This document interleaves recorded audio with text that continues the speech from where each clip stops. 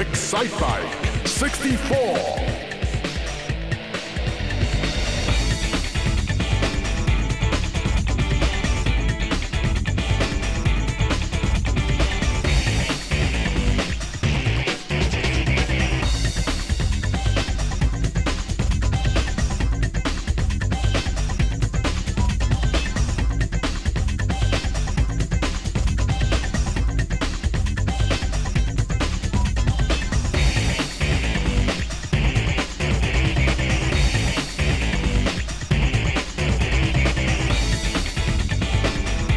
Hello everyone, and welcome to Classic Gaming Today, where we take a look at the gaming experiences of the past through the eyes of the present.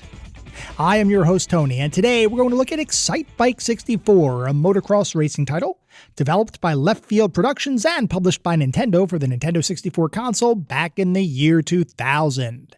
We're going to look at that game in just a couple minutes, but first, as is usual, just a little bit of housekeeping up front. This is episode number 145. I am excited to be here. I hope all of you are as well. If you'd like to reach out, let me know how I'm doing, provide feedback, comments, suggestions, or just talk about classic games and technology in general. I would love to hear from you, and there are a few ways you can reach out. I have an X account with the handle @ClassicGamingT. I have an email address, which is classicgamingtoday@gmail.com, and we have our Discord server. The link is in the show notes.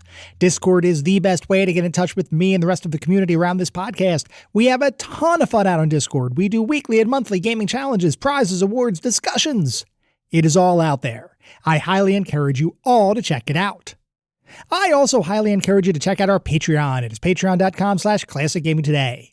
If you want even more Classic Gaming Today goodness, including a Patreon-exclusive bi-weekly podcast expansion pack, patreon.com/ClassicGamingToday is where it's at. I'd also like to give a shout-out to our Pantheon patrons. They are ISO, Rich Senewald, David Morton, Sam Twardowski, Sean Oliver, and Maximus Marshall, Steve Novoselic, Wendell Jr., Chris Snowden, The Bay 101, Toucan Sam, Super Smashburger, Christopher Fose, Grayor, and Marek.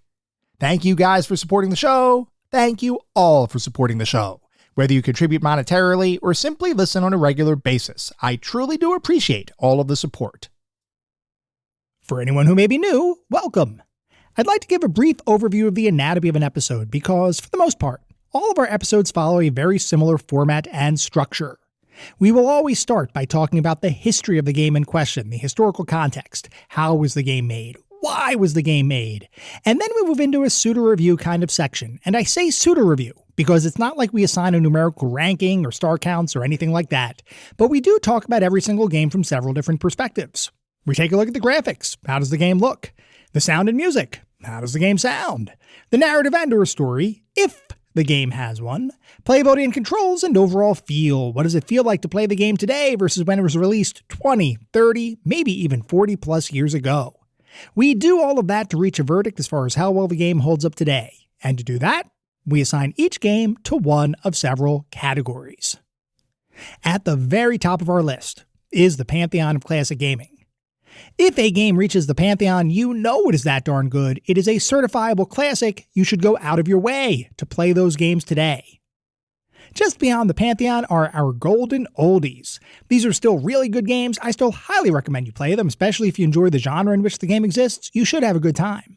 They're not quite Pantheon level, but they're still really worthwhile experiences, and I still highly encourage you all to play them today. Beyond the golden oldies, we reach our mediocre mentions. This is where we start getting into the realm of games that I cannot recommend to the broad game-playing population. They might have aged a little bit, might have had a couple of issues to begin with. You may still have a good time, especially if you enjoy the genre in which the game lives. By all means, give it a go. But I can't recommend these games to the broader population. And then beyond the mediocre mentions, we reach the footnotes. These are the games that are best left in the annals of history. I have played them, so you don't have to. I cannot recommend anyone play these titles today. They have either aged incredibly poorly, or they may not have been all that great to begin with. With that out of the way, we're going to start talking about the game of the day. That is Excitebike 64.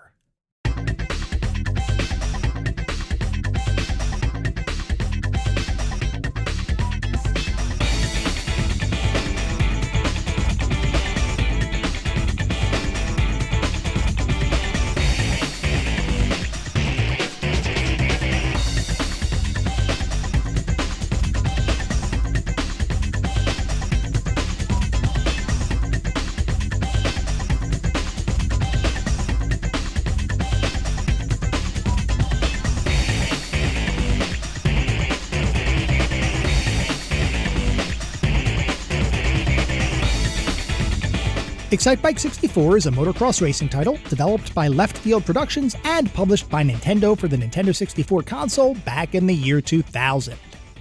Before we can talk about Excitebike 64, we need to take a step back to talk about its immediate predecessor, 1984's NES classic Excitebike, a title that, while well respected, doesn't get nearly as much credit as it likely deserves. Because, as it turns out, without Excitebike, the original Super Mario Bros. As we know it would in all likelihood not exist. That's getting just a bit ahead of ourselves though, because to understand why Excitebike exists in the first place, we need to go back even further to talk about one of the most influential game designers in history, Shigeru Miyamoto. Miyamoto got his start at Nintendo in the 1970s, originally as a creative artist who would help with graphics design for some of Nintendo's early arcade efforts. All of Miyamoto's work was well received, but at this point in his career, he wasn't really working on anything that could be considered revolutionary. That would all change in 1981 though, which is when Miyamoto would have the opportunity to save Nintendo from potential financial ruin. Back in the late 70s and early 80s, Nintendo had yet to enter the home console market, at least with any degree of actual focus. Sure, back in 1974, Nintendo acquired the Japanese distribution rights to the Magnavox Odyssey console, but that was simply distribution, not creation.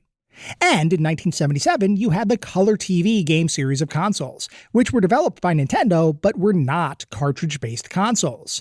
Each was a dedicated system, similar to the original Pong release by Atari, meaning each could only play the game or games that were built into them, with no ability to play any games that weren't already hard-coded into the cartridge's memory chips. Where Nintendo was focused, instead, was in the arcades, and the company would have a modicum of success in the late 70s and early 80s with a number of different arcade releases.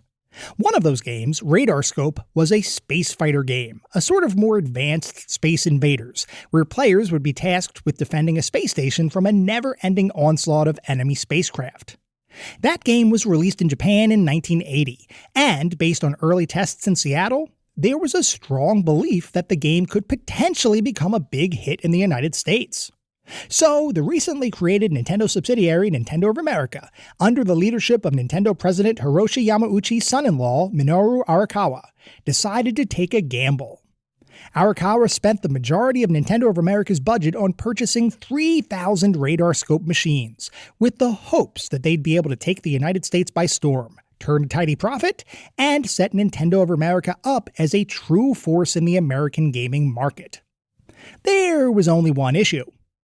Because of the logistics associated with shipping several thousand large, heavy arcade machines from Japan to New York, the actual act of sending those machines overseas would take a considerable amount of time and effort. That, however, was fine, as Nintendo of America factored the shipping logistics overhead into their Radar Scope American release schedule. What wasn't fine, however, were the unplanned shipping delays that started happening, which at the end of the day made it so that the Radar Scope arcade cabinets didn't reach America until 4 months after they were originally ordered. By that time, any degree of interest in the title had waned significantly. So, out of those 3,000 Radar Scope cabinets, only 1,000 made their way into arcades across the United States. This left a significant amount of unsold inventory just sitting in warehouses, which meant that Nintendo of America's investment in those machines was effectively a loss. This would have had dire and catastrophic financial implications for the newly created Nintendo subsidiary. So, Arakawa went to his father-in-law, Hiroshi Yamauchi, and asked if the company could somehow create a game that could be retrofitted into the unsold Radar Scope cabinets, effectively allowing Nintendo to sell a brand new game using the pre-existing hardware that would otherwise simply sit collecting dust. In an effort to avoid financial ruin, Yamauchi put out a company-wide call for ideas to convert Radar Scope cabinets into something that could potentially make the company some money. While there would be a number of ideas put forward, there was one that stood head and shoulders, literally, above the rest. That idea came directly from Nintendo employee Shigeru Miyamoto and was focused on a love triangle kind of concept based on the classic cartoon series Popeye, where the player would control Popeye with the goal being to rescue love interest Olive Oil from constant pest and frequent kidnapper Bluto across a variety of levels, effectively bringing the Popeye cartoon to life as a digital, interactive arcade experience. Nintendo thought the idea had merit, so they went off to try to acquire the Popeye license, only to fail miserably. Undeterred, Miyamoto took his concept and made it more general, instead opting for an unnamed princess that would be kidnapped by a gigantic ape, with the player character evolving from Popeye into a generic carpenter-like character with overalls, a hat, and a mustache. That character, known as Jumpman, would traverse several stages full of sloped floors, falling barrels, and other obstacles en route to hopefully rescuing the princess from certain doom. With that concept in place, Miyamoto was given the approval to proceed with designing his new game. But there was only one issue. Miyamoto didn't know how the heck to make a game himself. Sure, he had some interesting ideas, but he didn't have the technical skill set to sit down and program and create a brand new gaming experience. So he would be teamed up with Nintendo veteran and head engineer Gunpei Yokoi to help bring the project to life. Yokoi had already had a long and storied career at Nintendo, beginning as a factory worker, pivoting to toy creator, and evolving over time into one of Nintendo's most innovative inventors across a variety of different domains, including video games. Yokoi was also an informal mentor for Miyamoto, so the fact that Yokoi was asked to oversee Miyamoto's first real game design project was pretty much a perfect match. Over a period of several months, Miyamoto and Yokoi would bounce ideas off of each other, while working with a team of dedicated developers to determine what could potentially be coded into a game, and what was simply too advanced to develop. Ideas like sloped floors and ladders for level traversal stayed in the game, while other ideas like using seesaws to catapult yourself through a stage were simply too complex to create, and were therefore scrapped. Eventually, Miyamoto's new game, which would be shipped to the United States as a conversion kit for the unsold Radarscope cabinets, would be complete, with the initial response by Nintendo of America sales department being less than kind, with one sales manager claiming the game would never sell, as it deviated too much from the traditional kinds of games that arcade goers spent most of their time playing, like space shooters and other more action-oriented titles. That person couldn't quite see the allure of leaping over barrels, climbing ladders, jumping across gaps, avoiding enemies, and traversing several different single-screen levels. For that individual, it just didn't seem like a good idea. At all. As luck would have it, though, other Nintendo employees started playing the game, and over time, they would end up continuing to play the game. And then they would play the game some more, eventually realizing that there was something more here than that one unnamed sales representative had assumed. As Nintendo of America staff continued playing and testing the game, the team began to come up with new American-sounding names for the characters inhabiting the game world. The previously unnamed damsel in distress would now be named Pauline, after the wife of one of Nintendo of America's warehouse managers, while the giant ape at the center of the conflict would be christened as Donkey Kong, who would also end up lending his name to the title of the game. And that jumpy mustachioed carpenter that could leap over barrels, pick up and swing hammers, and climb ladders would end up being renamed as well, this time based on the name of the landlord of one of Nintendo's warehouses. And with that, Jumpman would cease to exist. Instead, from that point forward, Donkey Kong's playable character would be known as Mario. With 2,000 Radarscope cabinets retrofitted to now play Donkey Kong, the game was released to the market and became an instant sensation, driving arcade owners everywhere to contact Nintendo for more cabinets to meet the demand of players. Over the course of the next year, more than 60,000 additional cabinets would be sold, and between cabinet sales and gamers spending hard-earned quarters on the machine, Donkey Kong would gross over $280 million by the end of 1982, which is the equivalent of nearly $1 billion in today's economy. That is absolutely insane.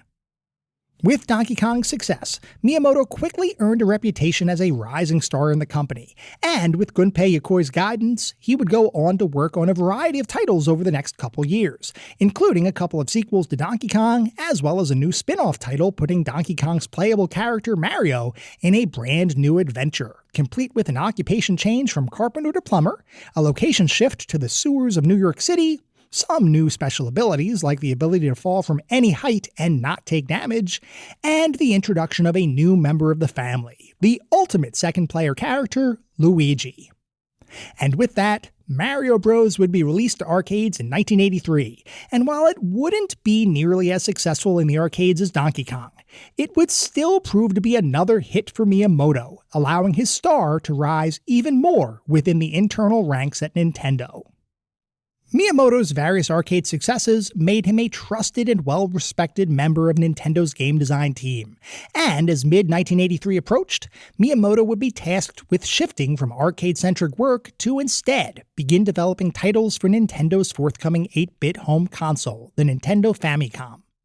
The Famicom would hit the market in July of 1983, and Nintendo wanted to ensure that they'd have a strong lineup of first-party developed titles to carry them through the next year and beyond, with some of the company's best designers being asked to help bring new gaming experiences to life.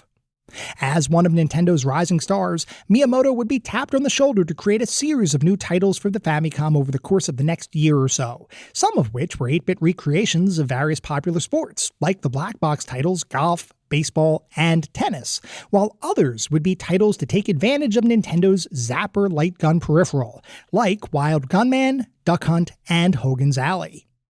In all instances, Miyamoto's talent would be on full display, and even though many of these games would be simple in comparison to later Nintendo-developed releases, as early Famicom titles, there was a lot to like about Miyamoto's work, with many of these games representing a significant leap in graphical, audio, and gameplay quality over Nintendo's home console competition.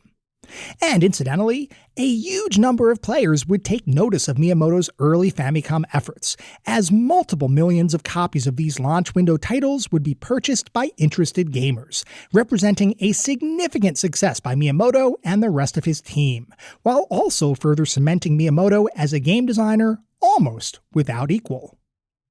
As work on these titles started to wind to a close, Miyamoto started to focus his attention on both the post-launch window roadmap for the Famicom, meaning the period of time after the first year of the Famicom's release, as well as Nintendo's forthcoming North American debut, which was intended to happen in 1985 with the launch of the Nintendo Entertainment System, or NES.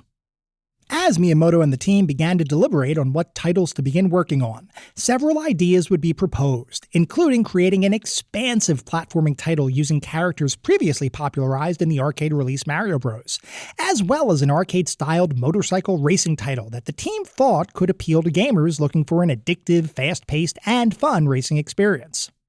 As you may have guessed, that expansive platformer would eventually come to life as Super Mario Bros., a title that owes some of its most popular and influential design decisions to the creation of the other game the team was considering, the arcade-styled motorcycle racing title I just mentioned, which is the concept that would eventually become the hit game Excitebike.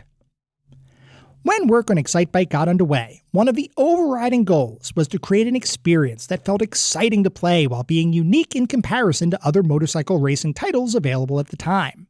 From what I can tell, the majority, if not all, motocross titles released up to this point in history had all relied on an angled, top-down perspective to show players a view of the track and its obstacles that you might be attempting to ride around on, with fairly slow-paced gameplay driven most likely by the inability of older arcade systems and home consoles to generate higher frame rate visuals. When Miyamoto and the team sat down to begin designing Excitebike, they recognized the inherent limitations of these early motocross efforts, and were resolved to deliver a much more engaging experience with their forthcoming game. Rather than present each track from an overhead-angled perspective, Excitebike would be designed as a side-scrolling experience, with various course obstacles appearing as a player progressed further and further along a given track. And rather than the slower-paced gameplay of other motorcycle racing games like 1983's Intellivision title Motocross, Excitebike would be designed to take advantage of the Famicom's advanced graphics processing hardware, with 60 frames per second gameplay that relied upon player reflexes and learned track knowledge in order to achieve faster and faster times in a given race. In many ways, Excitebike was being designed to be the most technically advanced motocross title released up to this point, which admittedly isn't saying a ton, as there weren't all that many motocross titles available in the early 80s. But regardless, Excitebike was intended to be something that would not only exceed the status quo, but could also represent the state of the art in motorcycle racing. Actually making Excitebike a state-of-the-art racing experience would require Miyamoto and the team to figure out how to make fast-paced, smooth, side-scrolling action work on the Nintendo Famicom, a design mechanic that would become a staple in many titles in later years, but back in 1984 was still an incredibly tough nut to crack, despite the fact that the Famicom featured dedicated hardware to facilitate smooth horizontal scrolling. At this point in history, there were only a handful of smooth side-scrolling titles available, most of which had been released for arcade machines with comparatively more power than Nintendo's 8-bit home console. Trying to figure out how to make a game engine that would allow for smooth side-scrolling visuals while maintaining fast-paced gameplay for the Famicom would be a challenge, and one that Miyamoto and the team would need to overcome in order to deliver on their vision for Excitebike. Luckily for all involved, the team would figure out how to make smooth scrolling work on the Famicom, a feature that would be implemented for the very first time with Excitebike. Yes, that's right, the smooth side-scrolling motion that became a standard in the 8-bit era of home consoles and would prove to be so advanced that computers couldn't even fully recreate the feature until 1990, was seen on the Famicom for the first time with Excitebike. Excitebike would release on the market in late 1984 and would almost immediately become a critical and commercial success, as players and critics alike loved the unique side-view perspective, the smooth side-scrolling visuals, the over-the-top stunt-centric racing gameplay, and the fast-paced movement that, more so than any motocross title released to date, really captured the excitement of the sport. Excitebike would be an unmitigated success for Nintendo, as well as the game's design team, and would also provide a tangential benefit that would effectively change the game industry forever. Recall when I mentioned that the creation of Super Mario Bros., Nintendo's incredibly influential and popular platforming title, happened after work on Excitebike was completed.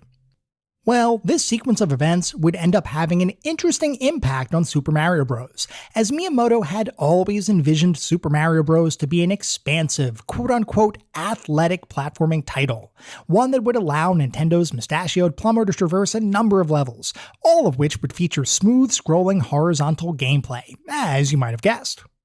It turns out that Excitebike's engine would be repurposed for Super Mario Bros. Platforming action, and the fact that Mario is governed by inertia as he accelerates from a walk to a jog to a run rather than being governed by constant acceleration is a direct result of the acceleration and inertia built into Excitebike. Without Excitebike, Mario's acceleration, inertia, and movement mechanics, all of which feel incredibly natural, tight, and so good, may have never existed. That is a pretty big deal. Anyway, after Excitebike's release, the title would become incredibly popular, with a number of different ports and re-releases over the years that would end up making the game one of the more beloved titles from Nintendo's classic 8-bit years, inclusive of both the Japanese Famicom release as well as the international Nintendo Entertainment System version of the title.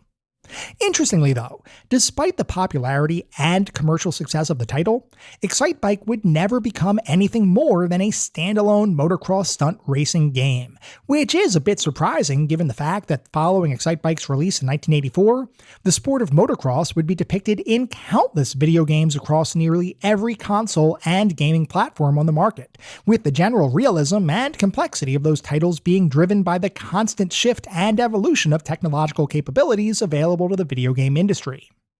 As an example, when visuals advanced from 8-bit to 16-bit colors, it didn't take long for racing titles to come out that took advantage of that visual leap, with the Super NES title Stunt Kids being perhaps the most direct evolution of the 8-bit Excitebike for the 16-bit console space. And when 3D graphics started to become prevalent, motocross racers weren't far behind, with games like Jeremy McGrath's Supercross 2000 exploiting the 3D capabilities of the Nintendo 64 to deliver a behind-the-rider, three-dimensional representation of motocross racing, complete with ramps to jump off of, competitors to defeat, and a variety of courses to learn and eventually overcome. Those two games were just a small sampling of motocross racing titles from around this time, but as you might imagine, there were many more on the market, with one name being conspicuously absent. That being, of course, Excitebike. Nintendo's landmark 1984 release had literally never been revisited or updated for then-modern systems, despite its commercial and critical success, a fact that in the eyes of many felt like a miss by the Nintendo team. As luck would have it though, as the new millennium approached, that was all about to change, as Nintendo finally decided to revisit their fast-paced arcade-styled motocross racing title, albeit in a style that would take advantage of the power of the Nintendo 64, combined with a new three-dimensional design aesthetic. The decision to revisit Excitebike in the late 90s is what would drive Nintendo to contract with little-known California-based development studio Left Field Productions to create the game that would eventually come to be known as Excitebike 64. Left Field Productions had been founded in 1994, and from the moment of its inception, the company focused its attention on creating sports titles for a variety of consoles, including the 3DO, Sony PlayStation, Sega Saturn, Game Boy Color, and most pertinent to our discussion, the Nintendo 64. In nearly all instances, the company would prove to be a talented development studio, albeit one without a significant hit to call their own. That would all change with the creation of the 1998 basketball title Kobe Bryant in NBA Courtside, a Nintendo 64 game that, in the eyes of many, was the best basketball game on the system, by far, and one that critics and players alike agreed was challenging, engaging, and above all, fun. A killer combination that, along with the game's visuals and general presentation style, made for one heck of an interactive basketball experience. Kobe Bryant in NBA Courtside would go on to sell over 1 million copies shortly after its release, a level of success that caught the attention of Nintendo, who in 1998 decided to purchase a minority share in the company, with the intention of ensuring a steady stream of new exclusive titles for Nintendo's console platforms. This investment would drive the creation of a couple sequels to NBA Courtside, both of which were not quite as well received as the original, while also leading to the development of a brand new motorcycle racing title, which was, of course, Excitebike 64. When the team began developing Excitebike 64, significant attention was placed on attempting to capture the speed and level of engagement that the first Excitebike had exhibited 16 years earlier, while also bringing the fun of Excitebike into the modern 3D era, complete with a behind-the-rider perspective, multiple riders to choose from, a series of different race tournaments and tracks, full rumble pack support to make every bump, skid, and crash feel even more immersive, and, perhaps most interestingly, the inclusion of a significant amount of bonus content for interested players to explore as they progressed further into the game, including the ability to play the original Excitebike in its entirety. We'll talk about all of this bonus content during our pseudo-review discussion coming up in a little bit, but suffice it to say, Excitebike 64 wasn't just a modern reimagining of the original NES title. It was aiming to be a definitive, modern motocross experience. Excitebike 64 would eventually be released in the summer of the year 2000, at which point it would be met with significant critical praise, with numerous publications declaring that Excitebike 64 was dramatically better than the majority of motocross racing titles that had come out in recent years, while others declared the game's graphics, tight gameplay, advanced physics engine, and plethora of extra modes and features as something that nearly anyone with an interest in racing games would likely enjoy. The game would end up being nominated for several Best Nintendo 64 Games of the Year awards, though I don't believe it actually won any of those nominations, namely because it ran straight into a proverbial brick wall, which was Rare's Perfect Dark, a first-person shooter universally considered to be one of the best Nintendo 64 games of all time, and even further, was widely recognized as being one of the best games of all time regardless of platform. Excitebike 64 would be a stellar effort by Left Field Productions, and would end up selling over 2 million copies after its release, which was good enough to be recognized as a definitive hit. End of year awards though? Unfortunately, that just wasn't in the cards for Excitebike 64. With Excitebike 64's success though, it stands to reason that the Excite series, which now stood at just 2 entries, would likely continue to be expanded upon. And interestingly, that's exactly what would happen in the years following Excitebike 64's release. While it took 16 years to get from Excitebike to Excitebike 64, it would only take 6 years to see the next release in the series, 2006's Excite Truck, which attempted to convert the game from a motocross racing experience into a truck-based racing title, albeit with mixed results according to many critics. That title would be followed by 2 more Excite series entries in 2009, including Excitebot's Trick Racing and Excitebike World Rally, the first time since the original Excitebike that an Excite game would attempt to provide a modernized, 2-dimensional take on the Excitebike formula. Each of these titles would be fairly well received, though from what I can gather, none would end up being nearly as popular or commercially successful as Excitebike 64. Nowadays, Excitebike 64 has become a bit more obscure than its NES predecessor, despite the fact that it was considered by many to be one of the better Nintendo 64 titles ever released. It would eventually make its way to the Nintendo Switch Online service, where its high-quality take on motocross racing would be able to be experienced by a whole new generation of gamers, as well as nostalgia-fueled fans of the original release, and the Excite series in general would be immortalized in both the latest iterations of Mario Kart and Super Smash Bros. But outside of that re-release and the homage included in several compilation titles, the Excite series in general seems to be one of those franchises that, unfortunately, is no longer a priority for Nintendo. Which, honestly, is a shame, because the Excite series, despite not being a franchise with a ton of different entries, certainly deserves a spot in video and computer game history. The earliest entry in the franchise clearly demonstrated Shigeru Miyamoto's ability to deliver high-quality, innovative experiences to gamers around the world, while also serving as the prototype for all smooth horizontal scrolling titles released on the NES, which is to say, a ton of games owe their existence to Excitebike's creation. With Excitebike 64, the series would enter the third dimension, and similar to the fandom around the first title, the 64-bit take on the Excitebike formula would become much beloved amongst gamers and critics alike. While subsequent Excite series releases may not have been quite as well received as those first 2 titles, and the series itself is currently inactive, that in no way diminishes the quality or the importance of both Excitebike and Excitebike 64. 2 titles that, beyond a shadow of a doubt, deserve to be remembered.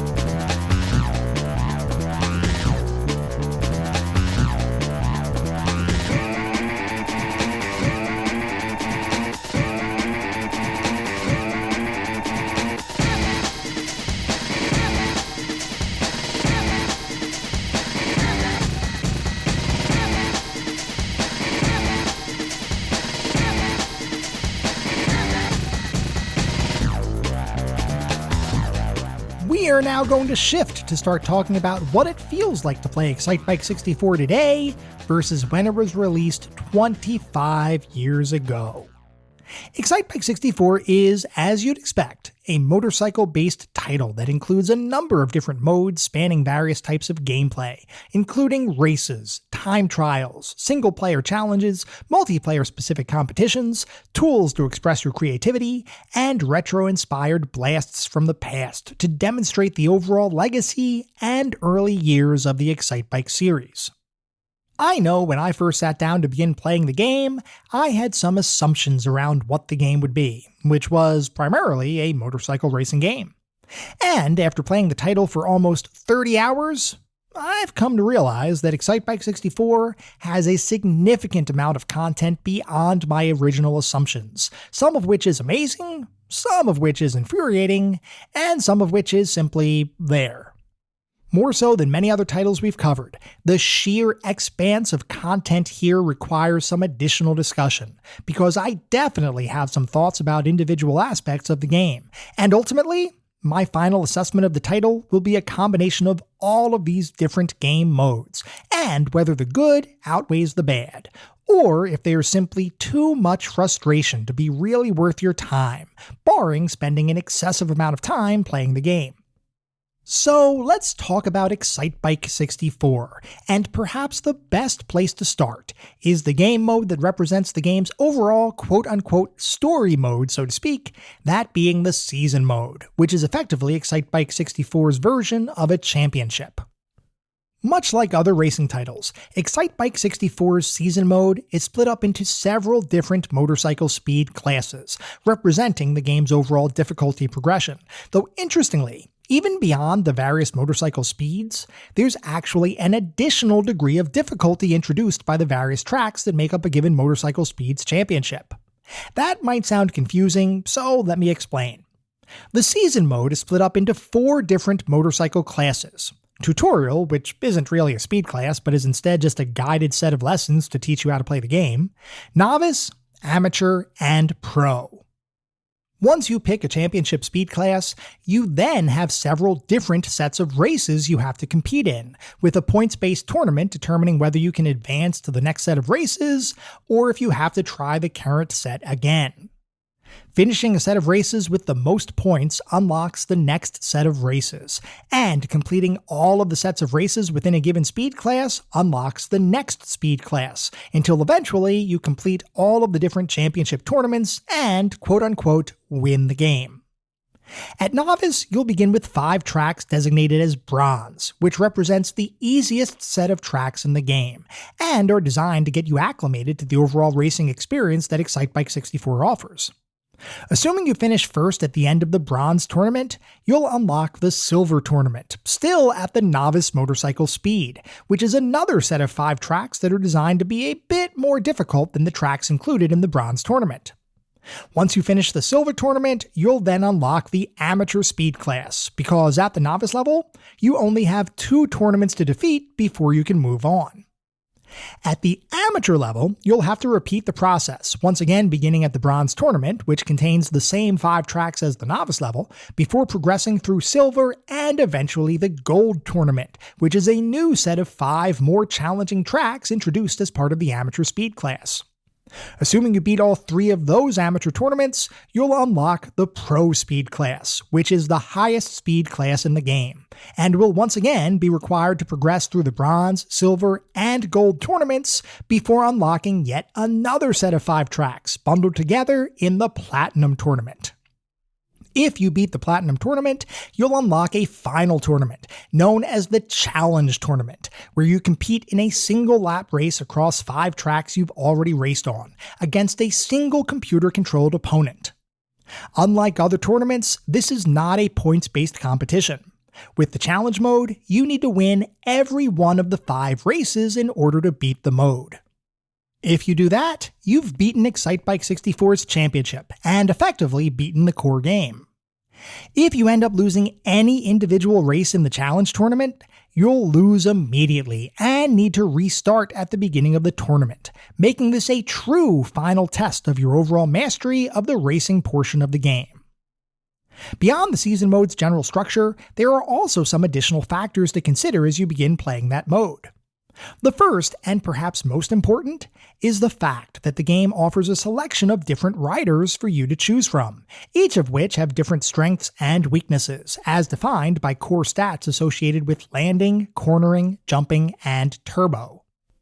It'll likely take a little bit of time for you to find the rider that works best for your specific playstyle, and I know I personally tried out almost every rider for multiple races before I finally decided on my personal favorite, Sarah Sugar Hill, who has high stats in landing, cornering, and jumping, but entirely abysmal ability to turbo and reach maximum speed.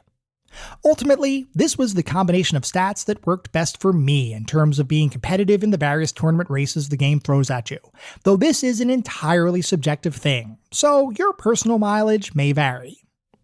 Anyway, once you select a rider and choose a speed class and tournament series to compete in, you'll get the chance to experience your first race, which is presented from a behind-the-rider perspective and takes part in a fully realized three-dimensional track, meaning the entire world is designed as a true 3D experience. Controlling your rider, especially in the early going, can be a bit tricky, as there are a few different mechanics you need to be aware of in order to have even the slimmest chance of winning a race. Moving your rider around the track is accomplished using either your analog stick or directional control pad, which honestly isn't much of a choice, as the analog stick is by far the better control method for navigating the game's tracks, although I found that executing super tight hairpin turns is actually easier to do if you use the digital pad. My assumption here is that the analog stick, at least on modern controllers using emulation, may not have quite the same range as digital pad inputs, so those hairpin corners benefit from the more direct and defined input that the directional pad provides. Acceleration, meanwhile, is accomplished by pressing your A button, while you can brake and, if you've already stopped moving, reverse using your B button. The C buttons each serve a different purpose, such as changing your camera angle, looking behind you, removing various interface display elements from the on-screen display, and perhaps most interestingly, performing various stunts and tricks, which we'll talk about later, as I seriously doubt you're going to have time to perform any stunts while racing, unless you're a much better player than I am. Beyond controlling general movement using your analog stick, you also have the ability to drift around corners using your right shoulder button, which, when combined with braking, can allow you to make some really tight hairpin turns without colliding with a barrier or other obstacles in the game world. And getting a feel for when to decelerate and simply navigate a turn versus drift around a corner versus braking entirely is one of the core aspects of the game that you'll need to learn if you hope to stand a chance in the game's various races. That means that you'll need to spend time learning each track, because each one is fairly unique, and ultimately, your knowledge of each track is what will dictate whether you win or lose any given race. The only other control mechanic to discuss, and one that is incredibly important to figure out how best to use, is the turbo boost, which is tied to your controller's Z button. The turbo boost, just like in the original Excitebike, is a way of revving your engine up much quicker than typical acceleration, which gives you a speed and acceleration boost, but also causes your engine's temperature to increase more rapidly, which becomes a careful balancing act, because you really don't want your engine to overheat, lest you lose the ability to turbo for a few seconds, while also losing the ability to control or accelerate your bike with any degree of accuracy. An overheated engine can prove disastrous if you're in the midst of a close race, as any computer-controlled riders will likely bypass your semi-stalled bike pretty easily, which often means a single overheat will drop you down in the race standings by at least a couple places.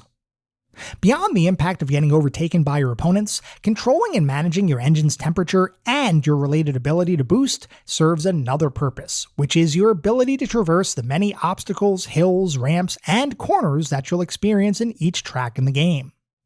Unlike street-based racing titles, Excitebike 64 is based on motocross racing, which means that every track you encounter will not be a flat, level surface, but will instead require you to jump off of and over various obstacles strewn about each course, most of which are made up of a series of different climbs and descents that you need to attempt to cross with the most efficient possible use of your boost, which ultimately is what will allow you to either overtake or be overtaken by other riders. Simply approaching a ramp or a hill at a standard speed will most of the time result in a significant slowdown to your overall movement. And even beyond that initial slowdown associated with riding up a hill, trying to come down the other side of the hill at speed is not the most efficient way of navigating each course. Instead, the game expects you to leap across multiple obstacles, using the natural hills in the environment coupled with appropriately timed boosts to leap into the air and cover more ground via airborne flight as opposed to keeping your wheels in touch with the ground.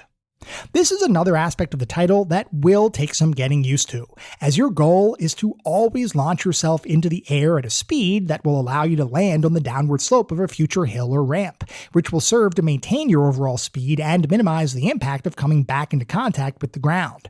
Otherwise, you may find yourself either losing speed or, even worse, crashing and having to wait several seconds for the game to reset your position. Getting the feel for when to accelerate, how far to fly, how best to orient your flight by either veering skyward or towards the ground using your analog stick, and where to target your landing will vary for each track in the game, which is another reason why you'll really want to learn these tracks, so much so that you can anticipate any upcoming jumps and plan out how you want to tackle each one, rather than simply riding over the equivalent of a cliff and YOLOing it in the hopes of success. I can say from experience that YOLO does not work with this game. You really do need to have some strategy as you attempt to race on each course. If all you needed to do was race around an empty course though, well, that'd be easy. But during the season mode, you'll have to compete against 5 other riders in an attempt to win more points than your competitors. Similar to titles like Mario Kart and Wipeout, you get different points for coming in first, second, third, or fourth place, with a 5th or 6th place finish worth no points, and your goal is to try to accumulate the most points at the end of each 5-race tournament, which gets you the victory and unlocks the next tournament and/or speed class. The general structure and point-based tournament competition is nothing new, and there have been plenty of games that have utilized a similar setup for their racing championship series. What is different, though, is just how friendly Excitebike 64 is to users, at least as it relates to the points-based competition. For one, if you come in 5th or 6th place in a race, that does not prevent you from moving on to subsequent races in a tournament, which means you can technically complete an entire tournament with 0 points, which is not the best of outcomes, but can potentially give you an opportunity to learn some tracks and get a feel for your computer competition. Obviously, you want to try to gather as many points as possible, which means you want to perform as well as you can. But I did find it refreshing that a tournament didn't arbitrarily end simply because I couldn't complete a race as effectively as I would have liked. In most racing games, a last place finish would effectively write you out of any possible chance of winning a championship. Only in Excitebike 64, that turns out to not be the case, as the game is surprisingly balanced from an artificial intelligence perspective, with any rider having a chance to win any race depending on how well they perform, and how many times they run into trouble on the track themselves. You know how in games like Mario Kart, a pseudo-nemesis is selected who will always come in first for a given race series unless you somehow prevent that from happening? And you know how that pretty much means that you're going to have a single computer player with a large number of points, which effectively forces you to come in first if you hope to win a tournament? Well, Excitebike 64 does not have that problem, and it's not uncommon at the end of a 5-race series to have the winning point total be 12 to 15 out of a possible 25 points, which means that even if you lose a race, you're still in the running for the championship until the final race is completed. There were several times where I thought I was out of the competition, only to pull out a last-second win coupled with the tournament leader's 6th place finish that propelled me up the scoreboard to earn me the overall championship. This level of balance across all AI competitors is a major distinguishing characteristic for the game, and I found this to be incredibly helpful in reducing the level of frustration that I typically feel with some of these tournament-driven racing titles.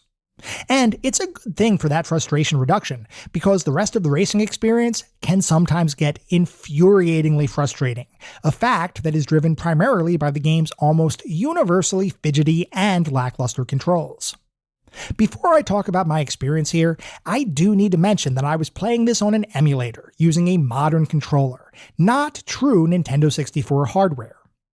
I mention this because I need to clarify that I do not know if my observations applied to the original hardware or not, and it's entirely possible that my experience was impacted by my specific setup.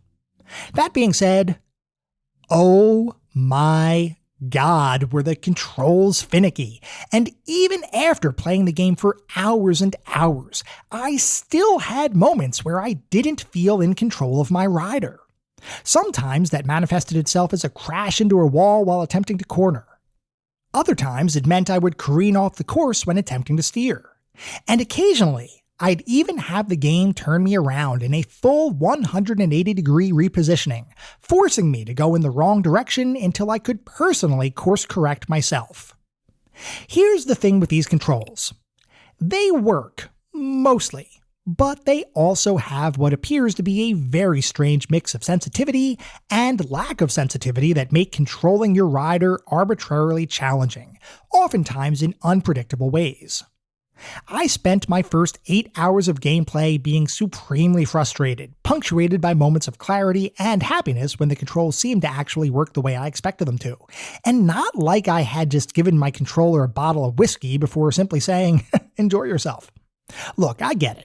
Games often require you to get used to their controls in order to become proficient enough to be successful, and I am 100% not opposed to putting in the time to become better at a game's unique control scheme.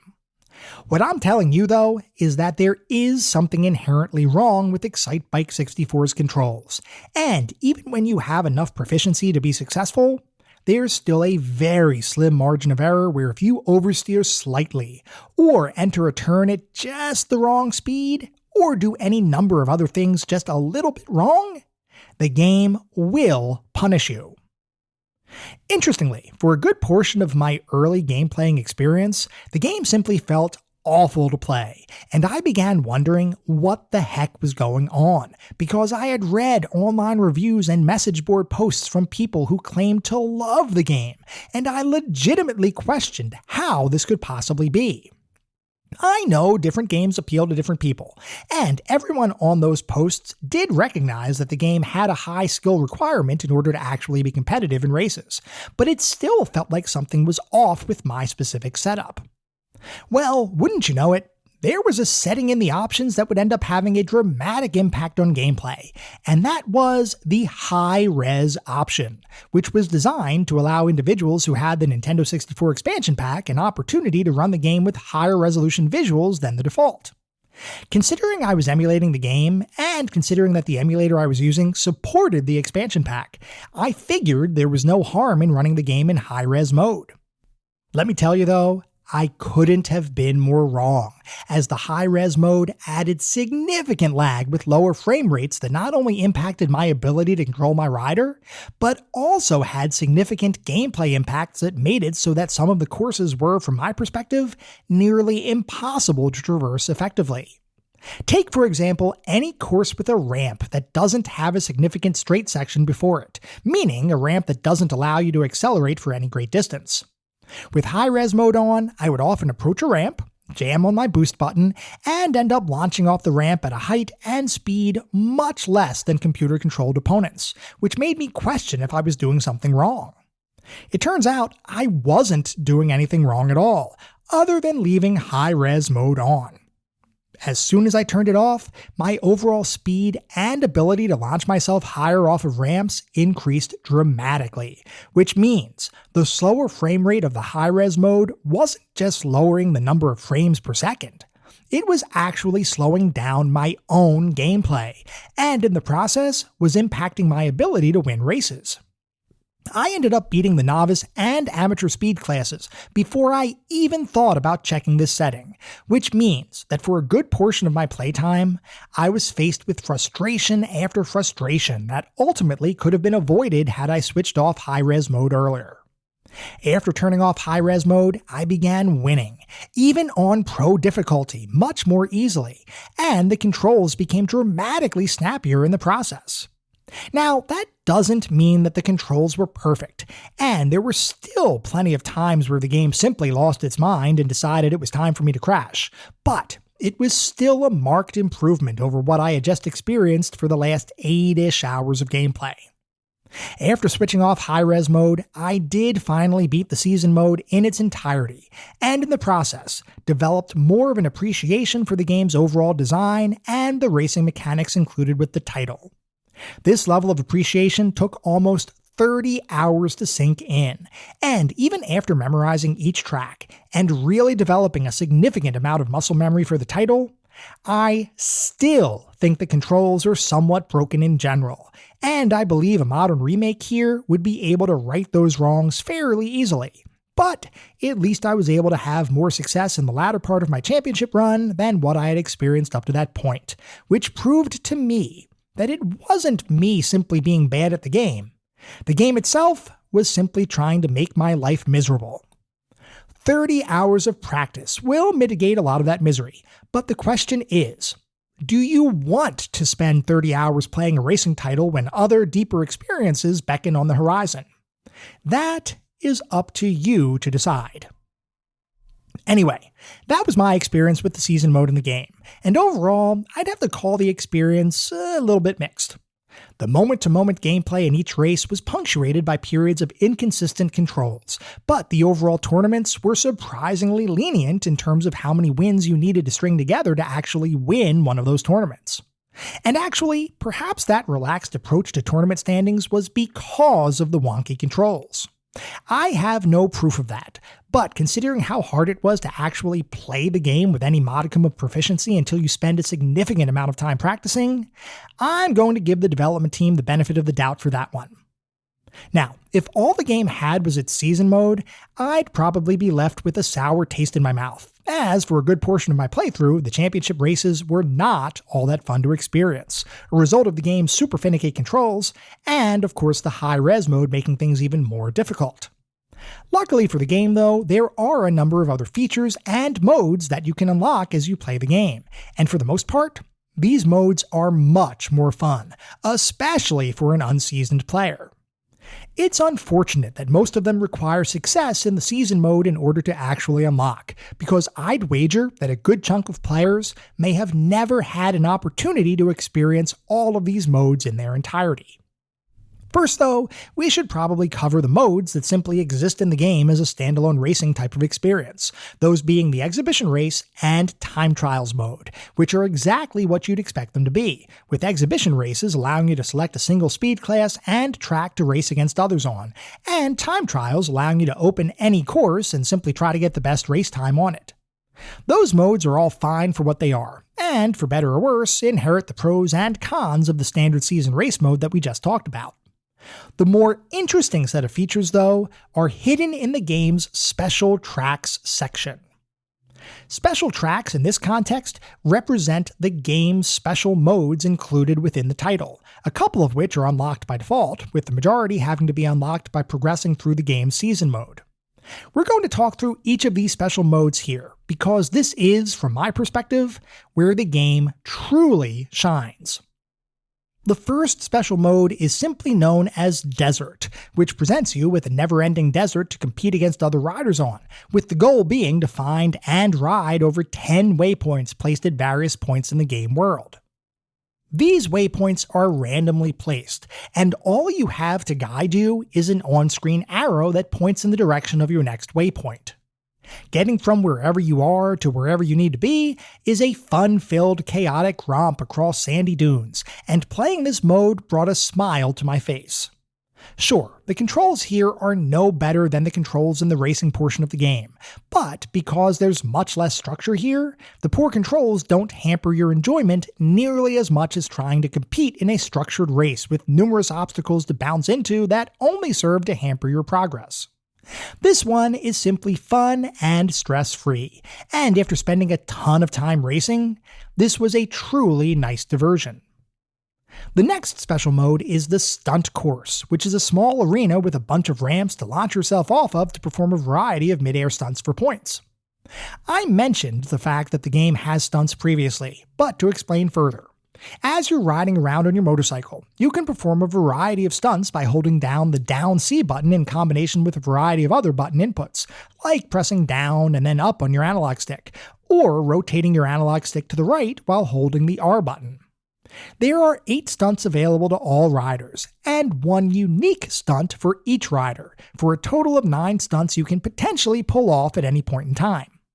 From my perspective, this mode and the stunts included in the game in general are a cool touch that I honestly don't think I'll ever mess around with outside of what I've already done to prepare for this podcast episode. It's not that I dislike their inclusion, it's just that they're a relatively minor gameplay addition, and don't really add much substance to the overall experience of playing the game. Sure, having a stunt mode is cool, and I appreciate the extra content, but there's very little depth here, and other than a passing diversion, I don't think many people will end up spending any appreciable time in this mode. The next mode is actually an entire game because the original Excitebike is included as a playable feature in Excitebike 64.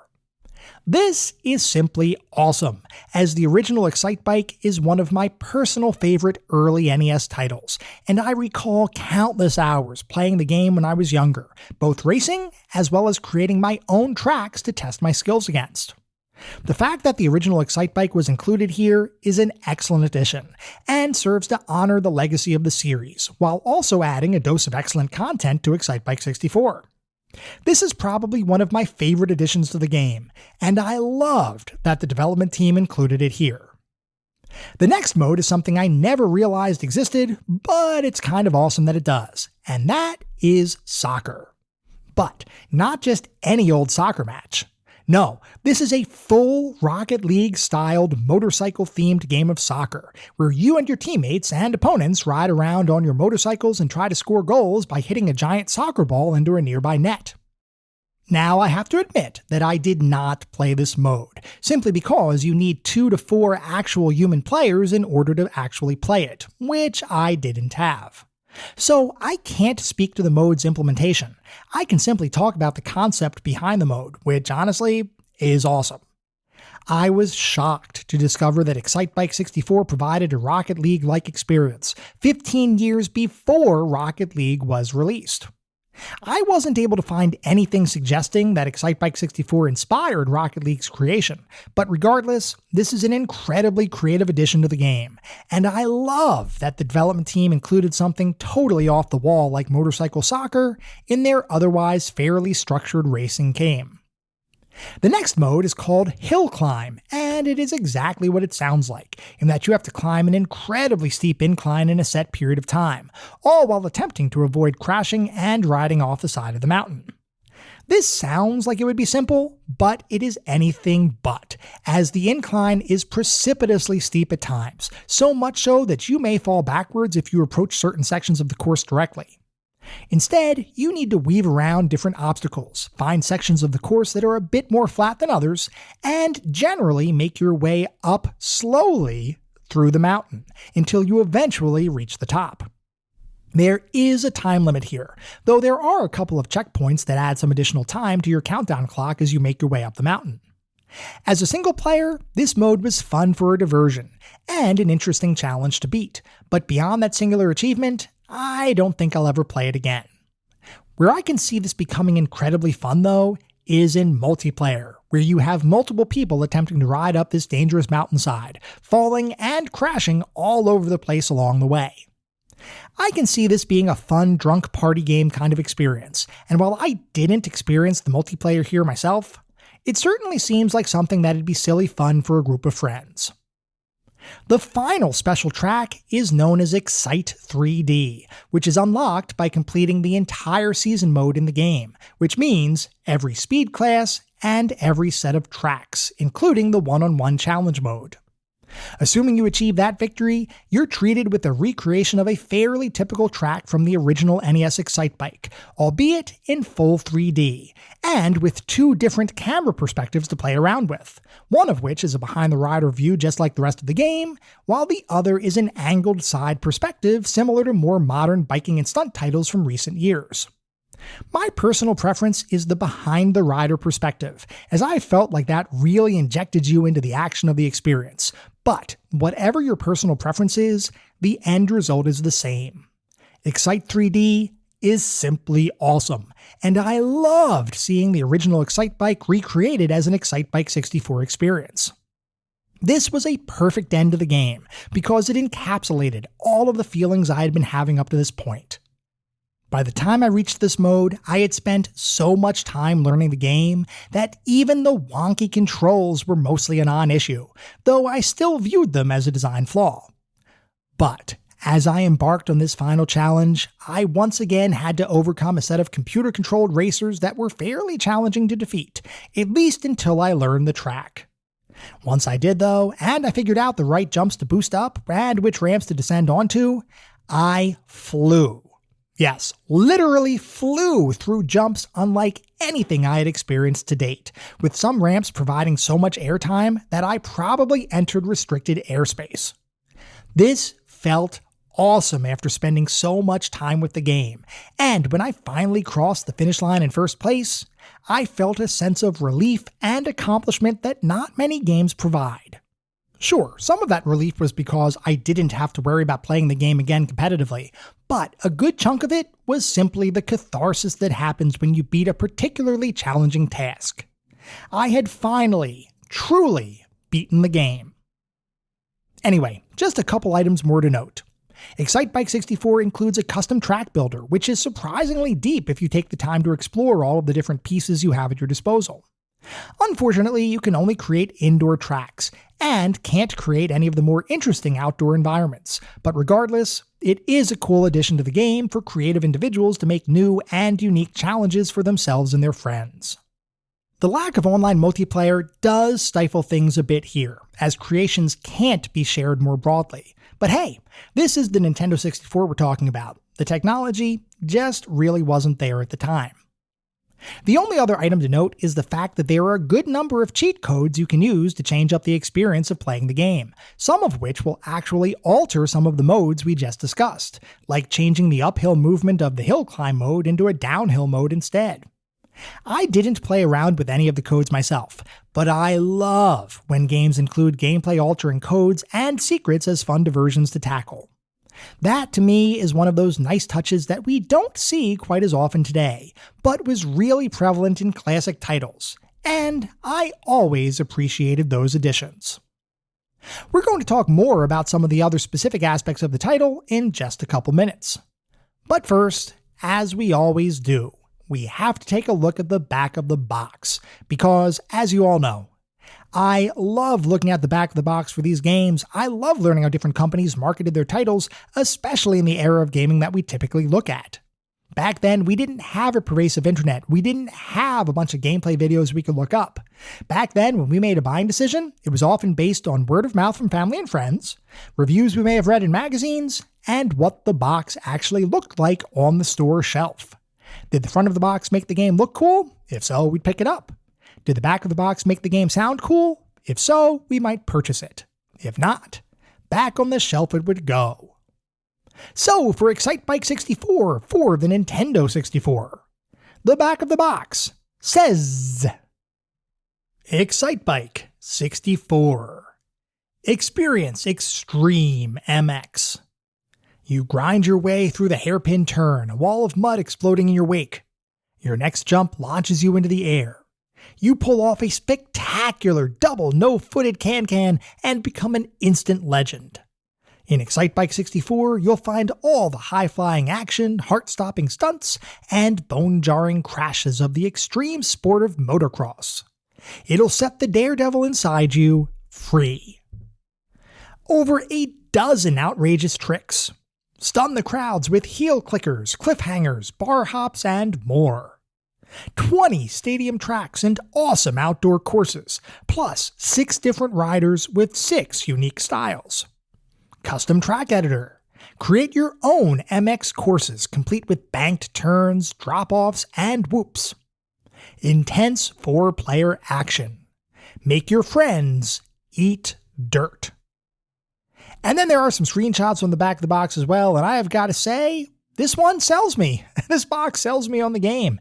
It actually looks really good from the screenshots. It sounds like a really fun experience from the descriptive text on the box. This is one I absolutely would have gotten. I don't know why I didn't get it when it came out, because I do not own this game. I did not buy the game when it first came out. I didn't own it. I didn't even play it. until I played it for this episode of the podcast.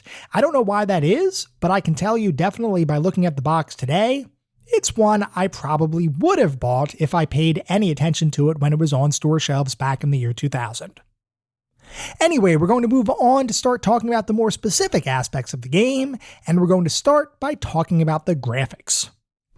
Excitebike 64 looks pretty darn good for an N64 game, with fairly detailed 3D visuals and texture map polygons that make the game world, individual riders, and objects within the environment look more diverse than what you would see in any other similar racing title.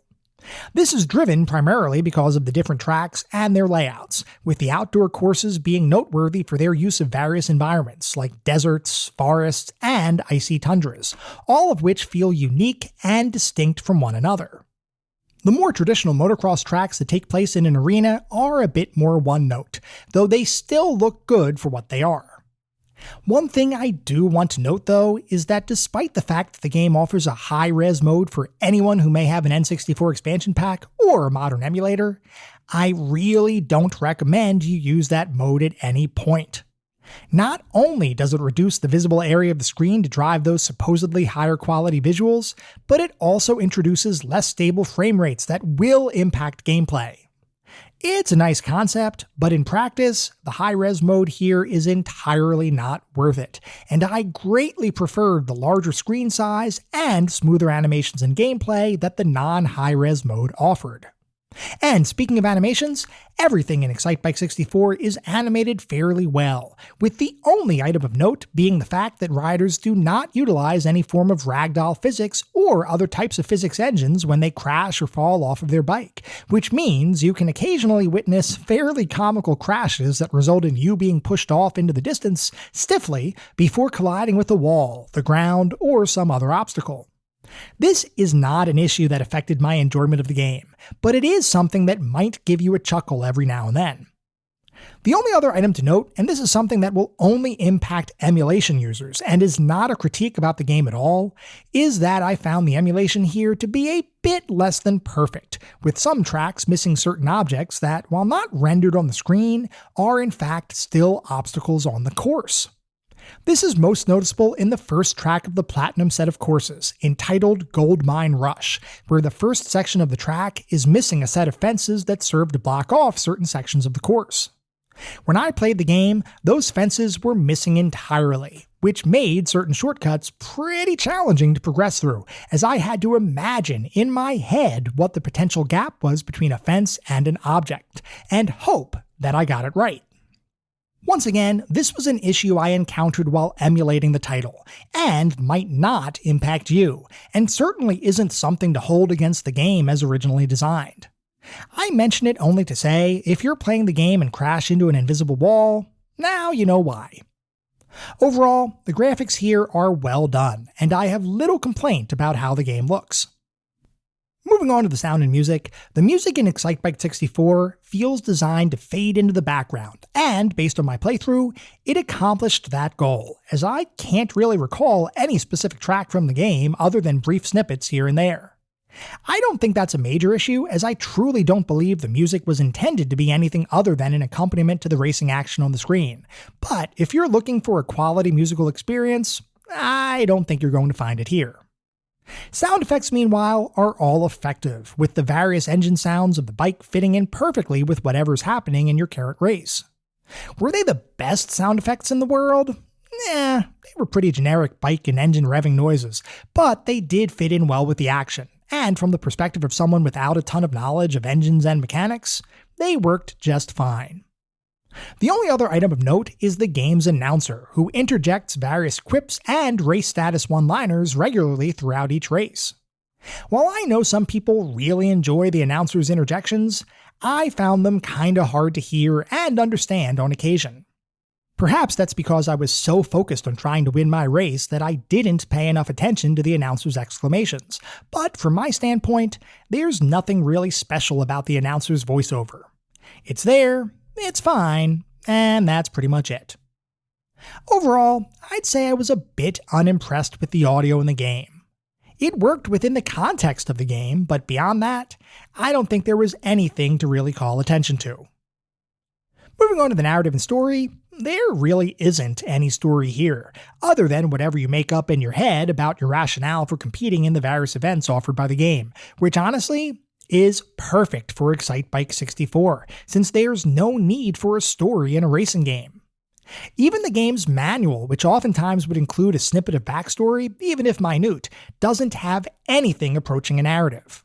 It's simply a racing game with racing gameplay. And you know what? I am good with that decision. Moving on to the playability and controls, we have talked a lot about the general structure of the game, along with the overall controls for the title, so I'm not going to rehash any of that here. Just to reiterate, the controls will take a lot of getting used to, and even after you're proficient, there is a significant leap to progress from proficiency to mastery. And even then, you'll still mess up certain turns and jumps, simply because the game is a bit strict about how it interprets your inputs and applies them to the unique physics engine that underlies Excitebike 64's gameplay. Like I mentioned, it took me 30 hours to fully beat the game, and by the time I was done, I could see what the game was going for, which at the end of the day was much more realistic than what I assumed it would be. I figured Excitebike 64 would be an arcade-esque racing title, with controls that allowed nearly one-to-one movement with your character on the screen, similar to what you'd see in other racing titles like Super Mario Kart. This isn't the case at all, and as I plumbed the depths of the game's controls, I learned that everything you're seeing on the screen, from the type of dirt or ground you're riding on, to the orientation of your bike's front and back wheels, to your speed, to the amount of turbo available to you, all of that contributes to whether a given movement will be successful or not. Try to turbo before you're fully out of a tight turn, and your bike will careen off in a direction you did not intend. Attempt to slide around a corner at too great a speed? You'll likely crash into a wall, or at a minimum, not perform as tight of a turn as what you wanted to do, leaving yourself open to be overtaken by your opponents. Once I realized just how many factors went into the act of riding around on your bike, I actually came to appreciate the game more. But the simple fact is, it took 30 hours to develop that appreciation, which from my perspective is just a bit too long for the standard gamer to reach a point where they didn't simply want to throw their controller out of a nearby window. I was so put off by Excitebike 64 when I first started playing that I contemplated briefly skipping it entirely and replacing it with more of a pick-up-and-go kind of game. Ultimately, I decided against that, and I'm glad I did, because there is goodness here. It's just hidden behind a steep learning curve that needs significant time and effort to overcome. Because of that steep learning curve, as well as the controls still being a bit wonky even after you've mastered them, I have to knock the overall playability of the title a bit. If you're looking for a racing game to sink your teeth into, Excitebike 64 does have a lot to offer you, and especially when you consider all of the additional modes and content included with the game, a dedicated player really can get their so-called money's worth. If you're looking for more of a weekend rental kind of experience though, I would pass hard on Excitebike 64. The game asks way too much of someone simply trying to play the game without crashing constantly, and I would expect the less patient gamers amongst us may spend 5 minutes here and then turn it off, assuming it's simply a horrible game. That was my initial impression too, but like I mentioned, there is goodness here. It's just hidden behind a pretty harsh barrier. And the fact is, Excitebike 64 was very infuriating to play. At least until it wasn't, at which point it became much more fun, though still irritating on occasion. I wish it was a more consistent experience, but I can't overstress just how much you'll need to practice before you find even a scintilla of fun here. I was able to push through it, but I wouldn't fault anyone who decided to simply give this one a pass. This requires almost too much effort for the eventual payoff. So, what is our verdict on Excitebike 64? Well, after playing the game for a significant amount of time, I can see what Excitebike 64's development team was going for, and in retrospect, I can respect what they accomplished. But I truly think this game demands too much dedication before it eventually becomes fun, which is a bit of a miss from my perspective. There is something worthwhile here for those who spend the time to discover that goodness, but for others, this might be too steep of a barrier to entry. This is a tough one to rank, but at the end of the day, Excitebike 64 just barely power slides in to become the newest addition to our list of golden oldies. I would only recommend this one to individuals who want to devote some time to learning the controls and the ins and outs of each track. Otherwise, I think this is probably best avoided. Still, for those who do put in the time, there is a payoff, but that payoff in no way offsets the pain that it takes to get there, which is why Excitebike 64 has just marginally made it onto our list of golden oldies.